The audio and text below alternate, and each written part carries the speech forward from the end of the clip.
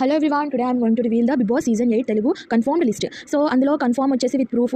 మీరు ప్రోమో కనుక చూసినట్టయితే అందులో నాగార్జున నిఖిల్కి ఒక క్వశ్చన్ అడుగుతారు. సో నిఖిల్ ఆన్సర్ ఇస్తాడు.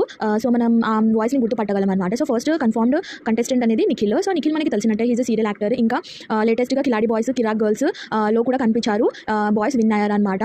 సో ఇతనికి చాలా పెద్ద ఫ్యాన్ ఫాలోయింగ్ ఉంది అని విన్నాను.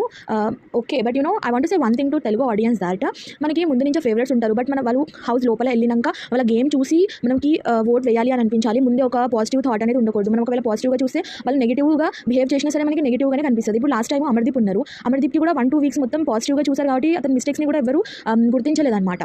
సో అట్లనే అమర్దీప్కి పెద్ద ఫ్యాన్ ఫాలోయింగ్ ఉండే. బట్ అందులో వెళ్ళినాక గేమ్ చూసినాక అందరూ ఆడియన్స్ డిసైడ్ చేశారు కదా. సో అట్లనే ఈ సీజన్లో కూడా ఒక బయాస్నెస్ అనేది లేకుండా జస్ట్ అరే ఇతను ముందు నుంచి మనకి తెలుసు కదా ఇతనికి సపోర్ట్ చేద్దామని కాకుండా అట్లీస్ట్ ఓకే ఫేవరెటిజం అనేది అట్లీస్ట్ 1 వీక్ అయినా చూపించాలి, పర్లేదు. ఎందుకంటే 1 వీక్లో మనకి ఎవరి క్యారెక్టర్ ఏంటో ఏం అర్థం అవ్వదు. గేమ్ బట్టి ఇంకా వాళ్ళ బిహేవియర్ బట్టి వీక్కి వాళ్ళ బిహేవియర్ మనకి తెలుసు కాబట్టి మనం ఎవరికి సపోర్ట్ చేయాలో తెలుస్తుంది.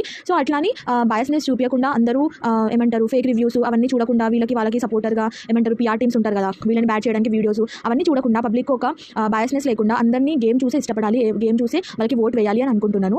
మళ్ళీ ప్రతిసారి ఎవరు అమ్మాయిలకి ఎంకరేజ్ చేయాలన్నమాట. ఎవరైనా సరే అందరూ అబ్బాయిలకి ఎంకరేజ్ చేస్తారు. అమ్మాయిలు ఎంత స్ట్రాంగ్గా ఆడినా సరే వాళ్ళకి అసలు సపోర్టే చేయరు. For example Bigg Boss season 7 వరకు చూసినట్టయితే ఎక్సెప్ట్ ఓటీటీ, అది కూడా ఏమంటారు వాళ్ళు ఎట్లా విన్ చేయించారో అది తెలియదు. ఎందుకంటే ఎక్కువ ఆడియన్స్ ఓటీటీ చూడలేడు కాబట్టి మీ విందు మాధవిని విన్ చేశారు. But when it comes to season 1 to season 7 first నుంచి సీజన్ 7 వరకు మొత్తం అబ్బాయిలు విన్నారు. ఎందుకంటే అమ్మాయిలు స్ట్రాంగ్ ఆడినా కూడా అమ్మాయిలు స్ట్రాంగ్ ఒపీనియన్ ఎవరు తీసుకోరు. స్పెషల్లీ తెలుగు ఆడియన్స్ చూడండి, సీజన్ 1 నుంచి సీజన్ 7 వరకు మొత్తం అబ్బాయిలు ఏం తప్పు చేసినా సరే ఏమంటారు అబ్బాయిలకే సపోర్ట్ చేస్తారు తప్ప అమ్మాయిలకి సపోర్ట్ చేయలేదు. సో ఈసారి ఒకవేళ ఏ అమ్మాయినా స్ట్రాంగ్గా మాట్లాడితే, స్ట్రాంగ్గా ఒపీనియన్ పెడితే ప్లీజ్ సపోర్ట్ దెమ్. అమ్మాయిలు కూడా స్ట్రాంగ్ అని ప్రూవ్ చేయండి. మొత్తం బయాస్నెస్ మొత్తం అబ్బాయిలకే కాకుండా మీరు ముందు నుంచే ఫేవరెట్స్ కాకుండా ఎవరైతే బాగా ఆడుతున్నారో, ఎవరైతే మంచిగా ఆడుతున్నారో వాళ్ళకి సపోర్ట్ చేయండి, వాళ్ళని విన్ చేయండి ప్లీజ్.